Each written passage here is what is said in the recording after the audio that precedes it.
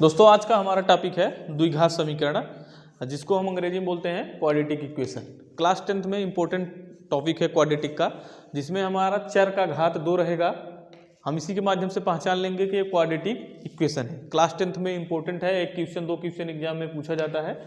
तो quadratic equation का हम आपको व्यापक समीकरण बता रहे हैं। क्वाड्रेटिक इक्वेशन का हमारा व्यापक समीकरण होता है ax square plus B x plus C equal to 0। A X square plus B x plus C equal to 0 where A बराबर बी बराबर सी, ये हमारे क्या है बेटा, कांस्टेंट है। अगर हम हिंदी में समझ लें, वेयर मीन्स जहां ए बी सी कोई अचर है, यानी यहाँ पे ए बी सी की वैल्यू फिक्स रहेगी। अचर में आपका कोई भी कांस्टेंट वैल्यू 0 से लेकर के 1 2 3 4 -1 2 3 4 1/2 मीन्स कोई भी नंबर हमारा हो सकता है। सबसे इंपॉर्टेंट बात है बेटा, a इक्वल टू 0 कभी नहीं होगा।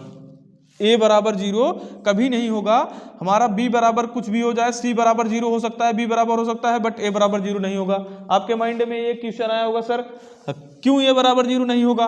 तो हम आपको आगे दिखा रहे हैं। अगर ax square plus B x plus C बराबर 0 में हम a बराबर 0 पुटअप करके चेक कर ले रहे हैं।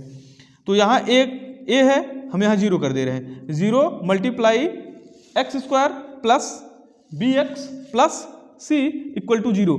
हमको पता है कि किसी भी नंबर में, चाहे वो चर हो या अचर हो, मीन्स कांस्टेंट या वेरिएबल, हम मल्टीप्लाई जब कराते हैं तो वो 0 हो जाता है। ये हमारा हो गया 0 plus B x plus C बराबर 0।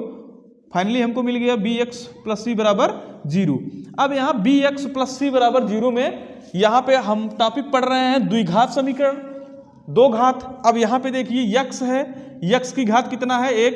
ये हमारा बन गया एक घात का समीकरण, जिसको हम बोलते हैं मोनोमियल इक्वेशन, माने एक घात का समीकरण। तो इसलिए आप समझ लेना कि यहाँ पे a बराबर 0 नहीं होना चाहिए, b और c हमारा 0 हो जाए तो कोई दिक्कत नहीं है। अब हम एक बार, हमको तो क्वेश्चन पूछता है कि तुलना करना बेटा, कंपेयर करना जान ले हम। ये हमारा, ये अपने माइंड में बना लेना, ये हमारा व्यापक समीकरण है। व्यापक समीकरण मीन्स इसी समीकरण से रिलेटेड हमको पढ़ना है।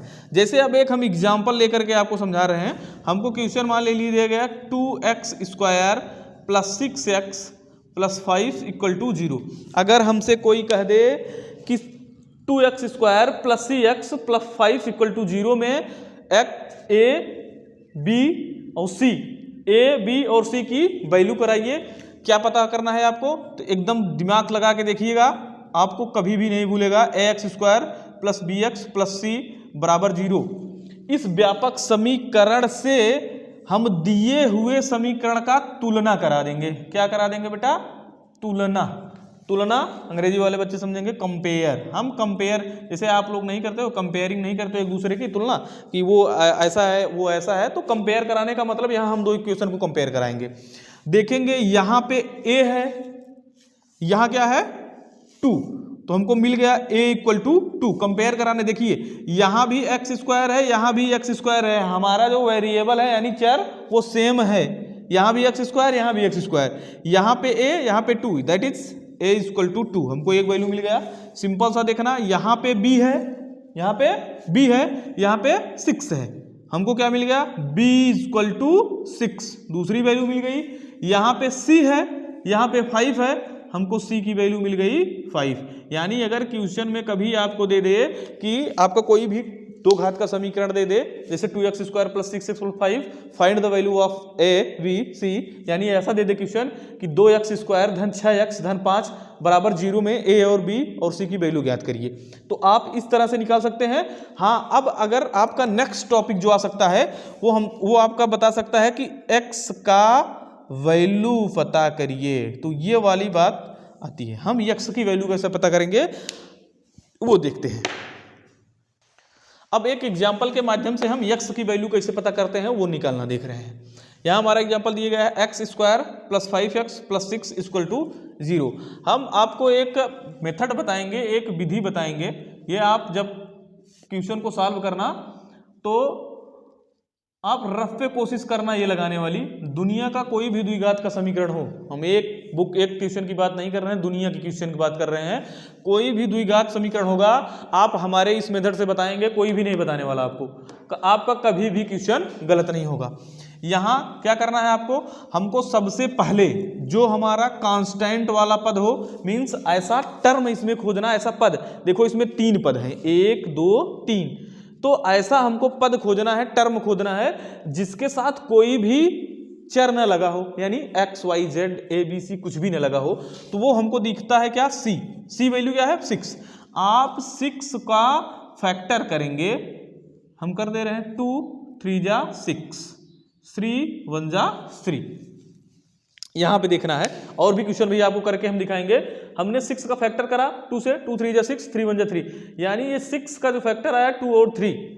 अब इस 2 और 3 को हमको इस रूप में क्या करना है, आप चाहे ऐड करिए, आप चाहे सब्सट्रैक्ट करिए, इन्हीं दोनों के माध्यम से आप चाहे तो ऐड करिए या सब्सट्रैक्ट करिए, ये बीच वाला पद आ जाए, ये बीच वाला पद यानी 5 आ जाए। तो अगर हम 2 और 3 को ऐड कर दे आपस में, यानी 2 और 3 को जोड़ दें, तो 2 और 3 को जोड़ेंगे कितना आ जाएगा हमारा 5। तो ये देखिए एक वैल्यू 5 हमको मिल गया। तो हम क्या कर देंगे इसी हिसाब से, अब ये आप जब कर लेंगे 6x² तो ज़्यादा बेटर होगा, यहाँ हम 6 का मल्टीप्लाई करा देंगे, इसमें 6x² हो जाएगा, यहाँ 6x², तो आपने किया कि x का x², यहाँ वैल्यू आपका बच रहा है। तो सिंपल करेंगे हम आगे, देखिए अब इस बीच वाले पद को हम 2 भागों में तोड़ेंगे, वो कौन सा भाग है यहाँ हमको पता चल गया। लिखेंगे हम नेक्स्ट स्टेप, ध्यान से देखना, x² प्लस इस 5x को हम लिख देंगे 3x प्लस 2x प्लस, अब एक बात आपको और बता दें, यहाँ 6 लिख देना, अगर हम एक स्टेप और बढ़ा दें तो आपकी प्रॉब्लम कोई नहीं होगी, बट कोई दिक्कत नहीं है, यहाँ भी आप समझ सकते हैं। यहाँ x² plus 3x plus 2x plus 6 equal to 0 में, उसके बाद आया कॉमन करने की बात। कॉमन करने का मतलब बेटा होता है 2 का ग्रुप बनाना है और दोनों में जो हो एक को कॉमन कर लेना है। यहाँ से हमको देखने वाली बात ये आ जाएगी, जैसे देखिए यहाँ x² प्लस 3x में देखिए यहाँ x² है और यहाँ 3x है, यहाँ भी x है, यहाँ भी x है, हम x को कॉमन कर लेंगे। जैसे हमने x को कॉमन करा तो यहाँ बचा कितना, देखिए x की पावर 2 है, एक x हमने कॉमन कर लिए, यहाँ x बच गया, प्लस यहाँ 3x था तो आपने x कॉमन किया, कितना बच गया 3, आप यहाँ 3 में ब्रैकेट लिख दो, यहाँ पे प्लस है, आपने यहाँ प्लस रखा, यहाँ 2 है। अब कहोगे सर 2, 6 में 2 कैसे है, इसलिए मैंने बताने वाला था कि हम 6 को क्या लिख सकते हैं, 2 × 3, तो यहाँ से हम 2 कॉमन कर सकते हैं, यहाँ भी 2 है, यहाँ भी 2 है, हमने 2 को कॉमन करा, बचा कितना बेटा, यहाँ x बच गया, मैंने यहाँ x लिख लिया, प्लस अब 6 में से आपने 2 को कॉमन कर रखा है, बचा कितना 3, तो हमने यहाँ लिख दिया 3 इक्वल टू 0। अब इसके बाद नेक्स्ट स्टेप, अब इसके बाद हमारे पास देखिए 2 टर्म बच गए, एक टर्म ये पूरा का पूरा हो गया।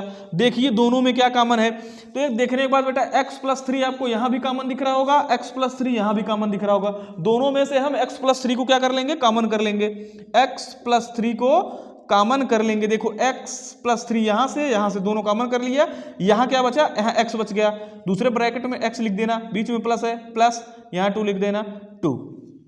हमारा जो अगर क्वेश्चन आपका पूछा जाए कि x² प्लस 5x प्लस 6 बराबर 0 में इसका क्या करिए, गुणनखंड करिए, गुणनखंड करिए, तो गुणनखंड बेटा आपका यही हो जाएगा।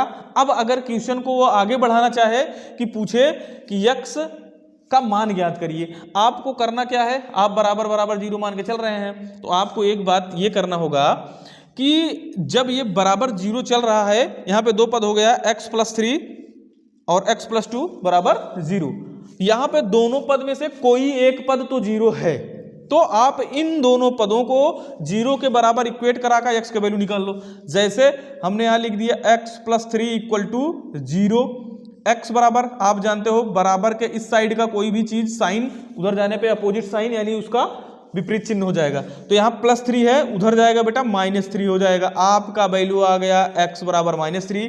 आप दूसरा ले लेंगे x प्लस 2 बराबर 0, तो x बराबर क्या आ जाएगा आपका, ये +2 साइन उधर जाएगा तो -2 आ गया, दोनों 0। अब आपके माइंड में एक बात आएगी, सर क्या ये वैल्यू सही है, तो हम बोलेंगे यस सही है। कैसे चेक किया जाए, तो चेक करने के लिए आप दिए हुए अपने इक्वेशन में दोनों की वैल्यू पुट कर देना, बराबर 0 ना हो जाए तो गलत है। तो x square plus 5x plus 6 बराबर 0 में हम एक बार बेटा x की वैल्यू -3 रख रहे हैं, देखना क्या होता है। एक्स स्क्वायर -3 का स्क्वायर प्लस 5 मल्टीप्लाई -3, क्यों? क्योंकि यहाँ पे x है, प्लस 6 बराबर 0। अब देखो हमको पता है -3 स्क्वायर, तो हम इसको दो बार -3 मल्टीप्लाई -3, माइनस का मल्टीप्लाई माइनस में प्लस 3 का मल्टीप्लाई 3 में 9 प्लस 9।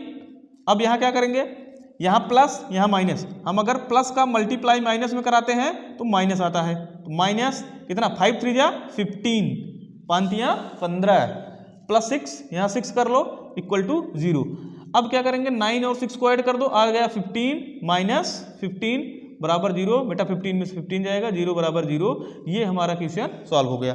यानी आप इस तरह से गुणनखंड भी निकाल सकते हैं और x की वैल्यू निकाल सकते हैं।